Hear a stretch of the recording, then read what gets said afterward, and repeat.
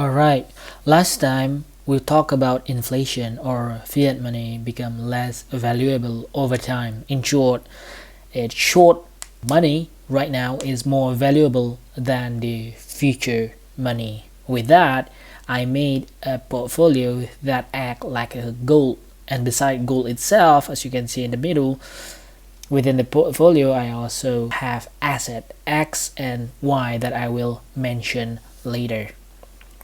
And this is only in 2026, my main portfolio in 2026.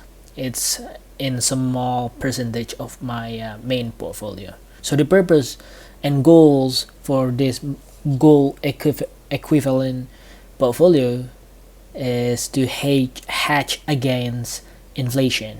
And the criteria for this portfolio is minimal inflation, no politic, no country can own it, so it's neutral, and the liquidity should be high. So the first asset, gold specification, inflation itself is, I believe, around 1.5 or 2% according from bullionpost.co.uk, and neutrality, it should in order to obtain gold, we need to mine it manually, so we need to destroy the nature, so we can call it proof of work. Liquidity, it should be instant, and there's an option like XAUT or PAXG in crypto, or GLD ETF if you want to buy GLD, but for me I prefer the crypto one for right now. And weight for this specific gold portfolio is around 34%, so it's basically divided by 3 because there are 3 assets. The next asset, it's a Bitcoin. The specification is the inflation is 21 million maximum cap. Neutrality, again, it should, in order to obtain Bitcoin we need to mine it, and also decentralized. There's no country that own this Bitcoin.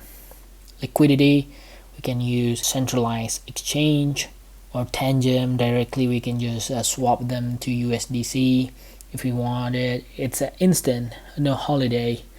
And the weight for this specific asset at 33%, and currently there are 20 million Bitcoin in circulation, so it's only 1 million left more or less that need to be mined. Then for next asset, kaspa, the inflation is 28.7 billion maximum supply, and as you can see from coin market cap, the total supply is 27 billion, so we have around 1 billion more or less need to be mined.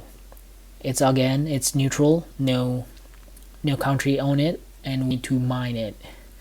Liquidity, kind of the same, we can or swap it and centralized exchange or directly from Tangem or other cold storage maybe.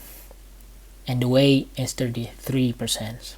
So in summary, so this is the 3 assets that I pick for gold equivalent blend, at least for 2026.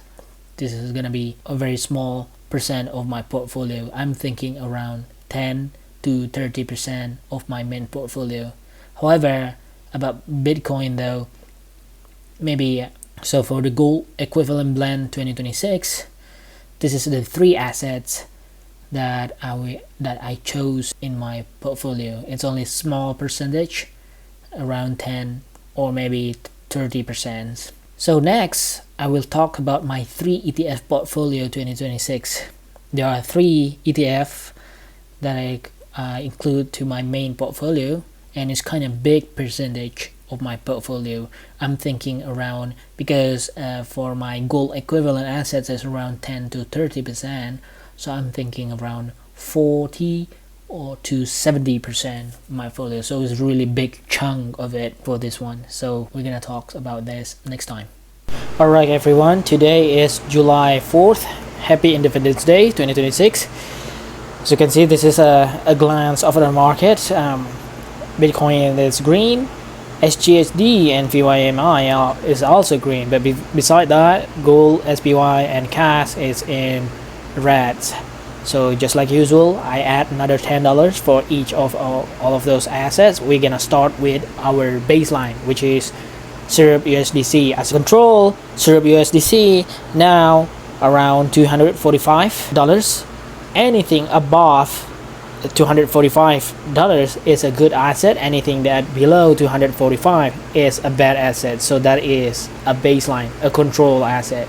So Syrup USDC has 4 to 7% yield here. So anything better than Syrup USDC is good asset. Anything that below the Syrup USDC, that I consider a bad asset. For example, SPYX, basically S&P 500 is $258. This is a good asset because it's more than USDC. But the bad asset is a wrap Bitcoin here, $185. Let's see about kaspa is also a bad asset. It's $193, but better than wrap Bitcoin. So far we got 6,230 kaspa, and our average price is around 0.04 cent. We're still down minus 23% or minus 58 USD. So that is the performance for all of our assets. So that's it for today. So